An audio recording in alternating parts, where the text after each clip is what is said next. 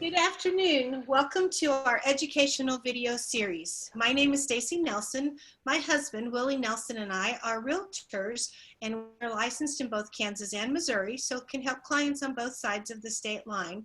We own a real estate team, Midwest Heritage Homes, and we partner with Keller Williams Platinum Partners. Willie and I both believe that education is key. We believe that knowledge gives you options, and we want to make education available. We used to do education in person, but under the circumstances these days, we're doing recorded Zoom videos, and we're excited to still be able to offer the education and to be able to let people know what's available to them. These videos will be available online, and you can share them with friends who you think might benefit. Today, I'm interviewing Dr. Brandy Archie. She's the director of AccessAble Living. I'm excited to have Brandy as our featured expert because she is so knowledgeable about making a home the perfect fit for the homeowner. Brandy is an occupational and low vision therapist, as well as the owner of AccessAble Living. I've heard her speak before. I appreciate her expertise and all her follow through. So thank you, Brandy, for joining us today. Glad to be here. Good deal. And as you can see, she's between clients. She's a busy woman, keeps going on the way, and was willing to talk to me between. So I appreciate that very much. Tell me a little bit about yourself and your background, Brandy. Yeah, so I am an occupational therapist like you talked about, and so what that really means is that we are professional problem solvers. And you might see us in a variety of settings, and the way I've chosen to use my degree is to try to help people stay independent in their homes. I've worked in home health for a good amount of my career, either part-time or full-time, and that's where you come to the house after somebody has come from the hospital and help try to figure out ways to get them back independent again.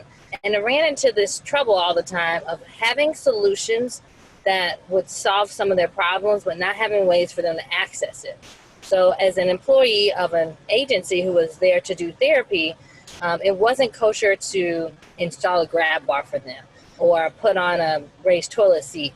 And then it was hard to find contractors who were willing to do smaller jobs like build a ramp as opposed to renovate a whole house. And so I kept running into the problem trying to find ways to have people access the solutions that I was recommending. And because I couldn't find a solution within the medical system, I decided to solve the problem on my own. And so that's where Accessible Living actually came from, was really out of a need in my own career. I love that. That's exactly how I think of you, that you are the problem solver, and because you saw the need, you started the company. And I think that's just great. I appreciate that. So in this current environment, how is that going? Are you still able to go into homes, and what's it going for you? Yeah, it's still a needed service, and we're certainly essential personnel. People are, of course, still getting out of the hospital and having changes in their lives. So we are seeing people. We take extra special precautions. We wear face masks while we're in there. I got a pretty one here. And make sure we wash our hands with soap and water when we get there and sanitize everything. And try to keep our distance as much as possible as well. So I think we're still able to safely go and solve problems. But our business model is kind of set up for that because we're like a mobile medical supply store anyway. So we were already coming to people's homes to serve them. And so we're able to do those deliveries just like people are getting their food delivered and other items delivered since we're not supposed to be going out. That's great. So you've really been able to adapt to all these changes. You're still able to go in and serve the client and get everything done. What about the contractors who are doing work? Do you do the work yourself, or do you hire contractors? Or Yeah, so we have a team of a couple of sets of contractors that we work with, so that we're working with the same people on a regular basis, and they know what a lot of our most used solutions are. And then I also have a few occupational therapy assistants that also work with me to come do the home assessment so we can reach, the wider Kansas City area. That's great. What areas do you work in? So we do a 40-mile radius of Kansas City and also Wichita, actually. So we are driving to come see you anyway. So as long as it's not too far away, we can make our way over there. That's great.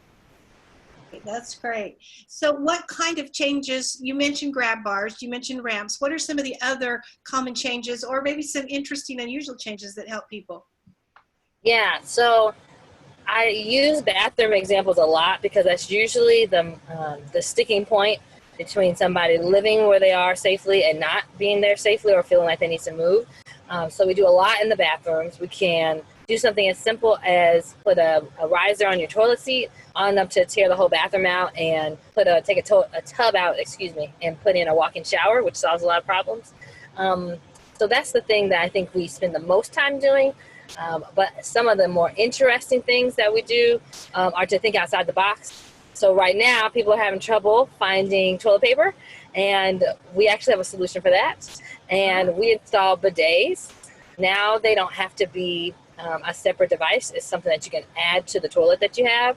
And the functional reason for this is sometimes it's a challenge to be able to reach to wipe well. Also, if you have incontinence, it's easier to clean yourself with water than it is with toilet paper. And we also often are not able to get in and out of the shower multiple times in a day, which is what's really needed when you're incontinent to avoid urinary tract infections. And so a bidet serves those challenges well, but it also serves the not having any toilet paper. So if you can't find any in the grocery store, let us put a bidet in for you. That is great. Now, it doesn't have to be a separate item, like in nice hotels where they had both. You use the current toilet and just add the bidet. That's Exactly. great. Yeah. Really? Okay, good deal. I have a friend who has going through cancer treatment, and they added that, and it has been huge because the chemo drugs have caused other problems, and Exactly. that has been a lifesaver for her. So it's not just for people that are aging or seniors. It can be for anybody that needs that. Mm-hmm. So that's great. I mean, I have them on my toilets. So I have 2 kids, and I have a 7-month-old, and after pregnancy, it's really helpful to be able to use that. So our solutions are more sought out for people as they age, but really making something easier for one person makes it easier for somebody else too, if that makes sense. What's a cost, just an average cost it might be to add a bidet to a regular toilet? Yeah, it costs about $120 to add a basic bidet to your toilet. Now they can get fancy, and they can warm up for you, and they can blow you dry, and they can light up, so they can go on up from there. But the most basic one can be right around $100. That's great. That is great. Okay. What are some other examples of adaptations, like in living rooms or to enter and exit homes? Yeah. One of the things that people have a lot of trouble with is getting out of their most comfortable seat where they like to sit all the time, for 2 reasons. One, we get weaker over time maybe, and also the chair gets weaker, and that's why it's comfortable, because it's broken in well. But that gives you not as much support to get up. So one solution is to get a lift chair. So I think a lot of people know about that idea. But that's not always cost effective for everybody. And there's also the added idea of getting weaker with it. When you don't have to push yourself out of the chair, it can be you're not using those muscles as much. And so sometimes people are not quite sure that they want to get a lift chair. So another little solution that we like to do is to build a platform that goes on the floor, and then the recliner that you already have, or the chair that you already have, sits on top of it. And we measure to see what you need, but usually about 2 or 3 added inches allows you to get out of that chair independently. So you save a lot on cost, and you get to keep the chair that you love. That's excellent, because it's true. The lower it sits, the harder it is to get out. So platform, something as practical and as simple as a platform, can change how that's wonderful. So that's great. What are some things families and clients can do to prepare for when you come? Like, what should they be thinking ahead? Or we come and do a free home safety assessment. So first, the only thing you really have to do is have a problem or want to have some more information, and we'll come out and we'll talk about it. And we'll go through room by room to figure out where are your problem areas, and then after we get done, we'll sit down and talk about what the solutions are for those areas. One thing that really is helpful is to have whatever other family members that are involved in your care there. So if there's a spouse, who's going to also be living in this house might have an opinion about any changes, or a child or a parent or whoever is also part of the equation. It's always good to have more than one set of eyes on the situation, so you can really think about how these changes that we're suggesting are going to impact you in your regular life and everybody else who works with you. Mm-hmm. So basically, if someone wants to start and think about this, they start with the consultation. Is that where you start? Call you and Yeah. get a consultation. Okay. Yeah. If you're having any trouble with anything, or maybe it's not trouble, maybe it's more like, oh, I realize now that I don't do X, Y, and Z anymore. I used to, but now they got hard and I kind of stopped doing those, and maybe I want to go back to those things. That's a good reason to give us a call and let us help try to figure out a way to get back to the things you were doing. And then before we're done, we'll leave you with that list of things to consider. And even if you don't decide to make any changes, now you have a list of things that can make your life better and find ways to get those done at the time that you want to do it. What are some simple things? Like I think about rugs. Tell me your take on floor rugs. Take them up. Yeah. So rugs look nice, but they create a trip hazard in all cases, in all situations. Even if you're not using a walker or a cane, it's a trip hazard for anyone. And so my first thought is to take them up. The second thought is, okay, you love this rug. You spent a lot of money on this rug. You've had it for 30 years. Maybe we can take the rug down. Can we find a way to make sure that the edges don't come up? And if you're safe with stepping over them, so your toe doesn't get caught, that's a good backup solution. So that's one thing, and that's a thing that I think a lot of therapists and other people would say off the bat to do. Some other things that are not as thought about but are also pretty easy is lighting changes. So as we age, we all have changes in our vision, even just starting in the 40s, right? And when you have to start wearing reading glasses, if you're not already lucky enough to wear glasses before then. And so adding additional light can really make a big difference in your safety. One thing can lead to another, right? And so a fall can result in a broken hip and a hospital stay, and a lot of changes for your life. But that fall might have been from something small, like getting up at night and trying to walk to the bathroom, which is what you do every night. But there happens to be something on the floor and you didn't see it, right? And so it might be a once in a lifetime occurrence, but it still started a cycle of events. And so some of our most simple changes can be the most effective as we think and plan ahead. So night lights that plug in and automatically come on when there's some motion, those are really easy, so you don't even have to think about turning them on. Adding different styles of light bulbs to your lamps to get brighter light can really help with getting back to reading the newspaper or reading magazines. Adding light to your entrance where you enter and exit the home. So when it's dusk and you're trying to put the key in the door, or you're trying to get up the step, you can see really clearly and well. It's also a good deterrent for theft. So lighting is another change I think people don't think about as much, but it's also really simple to do. Right. So honestly, some of these things are very easy and very inexpensive. So people should not be overwhelmed or afraid to call and find out what the options are. It doesn't mean you have to redo your whole house. Exactly.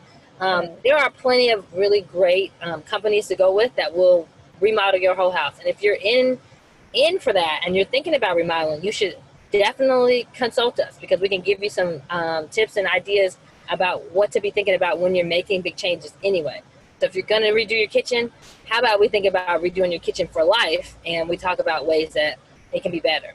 But if that's not your situation, which is most people, we really actually try to work with what you already have and make as minimal change as possible. I think that everybody can agree that change is hard for anybody, even if it's something that is going to help you. If you have to do things a little differently than you did before, you got to get used to that. And we have better success with adoption of changes and adaptations when they're not as big, and they're as close to what you normally do as possible. So we really try to just bolster what you're already doing at home and just make it safer and more easy to access. Right. Tell me a little bit, you're a certified low vision expert as well. Can you kind of expound on that a bit? Sure. One of the main reasons I got interested in occupational therapy is because my dad has low vision, and I didn't really see it as a disability or a problem when I was a kid because he learned I don't know how quickly he did it. I shouldn't say that. But to me, it was very seamless. The way he did things made sense and allowed him to be as independent as possible. And he's very independent.